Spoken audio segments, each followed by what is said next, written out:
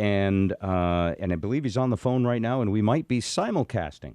We are simulcasting, and boy, that's a very nice intro you gave me. We have no intro for you, but thank you for the intro you gave me. Well, you look, you guys made a commemorative video. Who's the guy who did that? Oh, Mono Nick. Yeah, Mono Nick. Nick, first off, didn't Nick used to live in his car when he was an intern on my show? Yeah. When you say used to, let's just say that Nick likes living in his car on any radio show. Okay. Does he at least live in a slightly nicer car now? He does have he's got a pickup now, so he's got open air living. Oh, beautiful, beautiful. That's very. Hey, D. Wow. First off, say thanks to Nick. The song was very touching. I am going to play it as we get closer to the end of the show because it's super funny. I had to see the video. So much production went into that video that Steven Spielberg's crew will want to see it as well. The video is just Nick staring at a picture of Bob. That's right. Hi, Steve. Hi, Jody. I miss you. I miss you. How are you? Excellent. Oh, everybody used to work with everybody here, right? Yes, Steve and I used to work together. Right. Yeah. So, and Bob, you've been here longer than me, but it is, you and I both, we're basically born in New England, and of course the atmosphere of competition, so much different than the collaborative atmosphere here in the Pacific Northwest. This is what I found so amazing, and I think why it was very easy for you and I to be friends in the same town, working in the same business. It just seems like Seattle's all about that. It's about more than the art than it is about competition. it is, and at the end of the day, people who live here because of here. They live here because of how beautiful it is and how they can have wonderful relationships here, and it's a great place to raise your family. By the way, when I moved to Seattle, I remember this like it was yesterday. It's 26 or so years ago. Someone said to me, "Oh, don't move to Seattle." And I said, "Why?" They said, "You'll get stuck there. People go there, and it's like flypaper. They can't get away." And I said, "Well, that doesn't sound so bad. They must like it there." Yeah, I mean, that's the thing. When people get stuck there, wow, maybe it's not they're stuck there. Maybe they choose to stay there. Right. Maybe. You mean I'll miss out on bouncing to Detroit and Cleveland and Miami? And nothing against Miami. I have friends. But these are horrible You can be against Miami. Miami's terrible. Miami sucks. Yes. So, all right, we don't like Miami right now. You know what? I don't know if it's a good idea having Steve and Jody. I don't know if they bring out the best in each other. We never did. So make us separate you two again. He's so dumb. So we did joke, by the way, that people are only being BJ. People are only being nice to me because there's audience up for grabs, and you all are flying around like crows. Well, look. You know the many times we've gotten together, and I've said to you many times, if you ever leave, I'm going to be the first buzzard in. They're honest with you about it. That's right.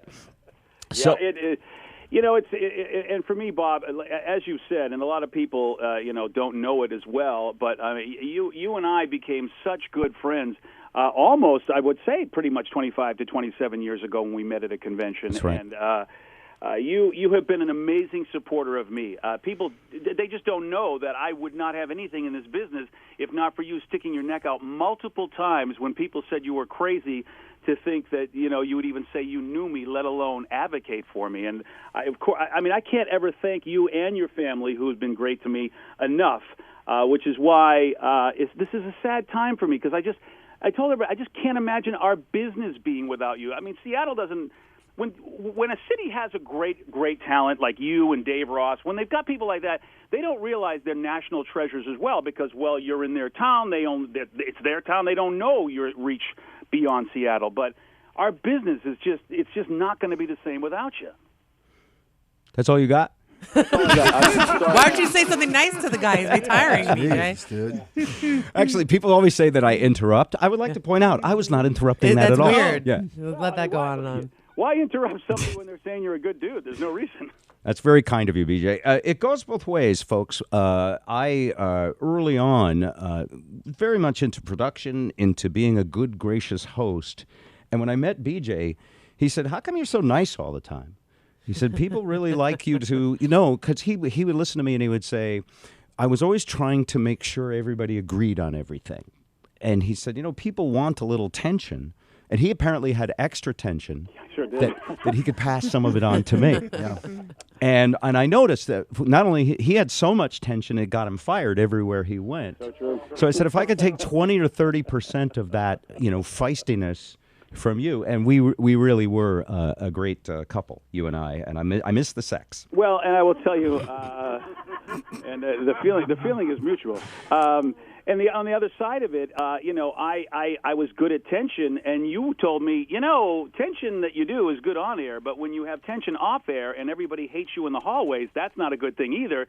And that's what you taught me. You taught me actually how to be a good employee, and that's very, very true. I mean, I would not be here today. I would not have the company telling me nice things if not for you, because I was never that guy. I was the employee that they wish they could fire, and a lot, like as you said, a lot of times that did happen. It'd be like, how long is left on his contract? Who cares? Blow him out today. Yeah, I was very unlikable, and you were super likable. And our friendship, you talk about a great marriage.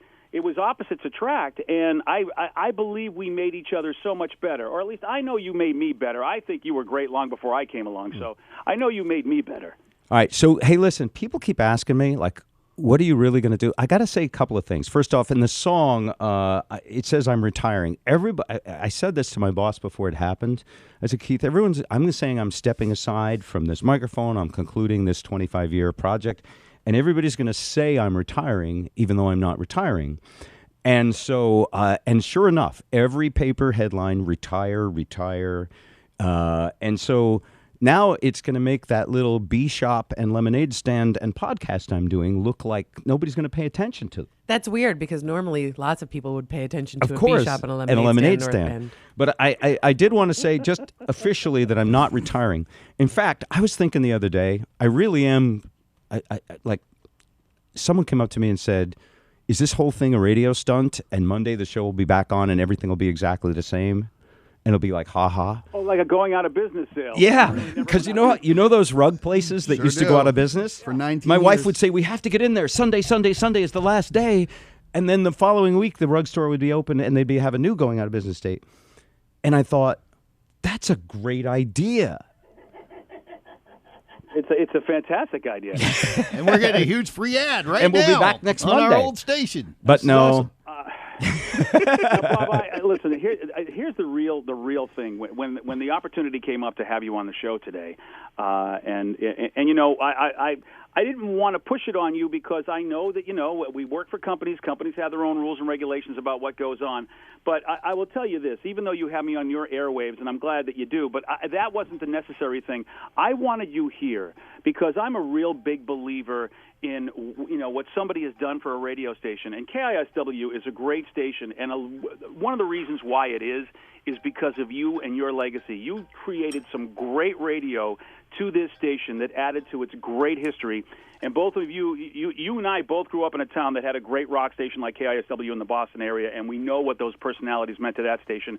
And I look at you as a guy that meant so much to the history of the station I'm on. And I tell everybody, I'm very honored to work on the station that Bob Rivers created such great radio on. I'm happy to have you here on your last week of doing at least this part of your career, because I think it's important to the history of KISW for you to be able to be here on that week. How do you like your lemonade? With a full finish, apparently. With full finish, yeah. I mean, and the same thing goes for Spike and, of course, Joe. You guys created such great radio on this station, as well as any place else you've worked, but it just felt fitting that you get to be on these airwaves. Thanks, buddy. Hey, can I put you down as a reference, by the way? I'm funding my resume. Spike, dude, you and I actually were the ones that came up with the first friendship. Before I even really befriended Bob, Spike and I were both sidekicks, basically. We were the same dude, just, had the same job description.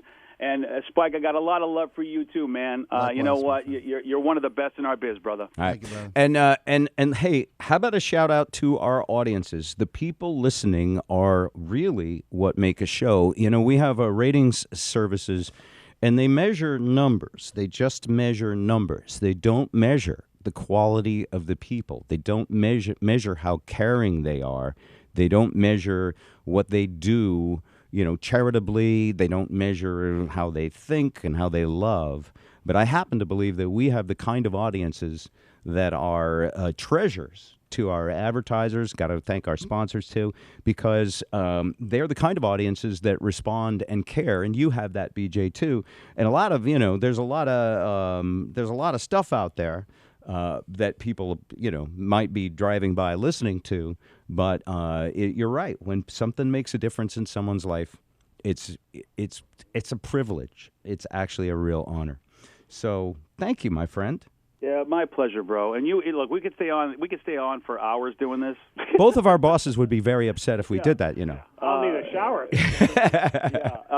But man, dude, you know, and thanks so much for just letting me basically hang around with you, let alone everything else you've done. If I just got to hang around with you and you did nothing else, that would have been good enough. Are you guys going to boot camp in Chicago this week, BJ? Yeah, I am, and it's funny, Bob. I have to do the opening speech this year, and it's going to be a whole different experience than I expected when they asked me to do that a few months ago, because this news you announced, I'm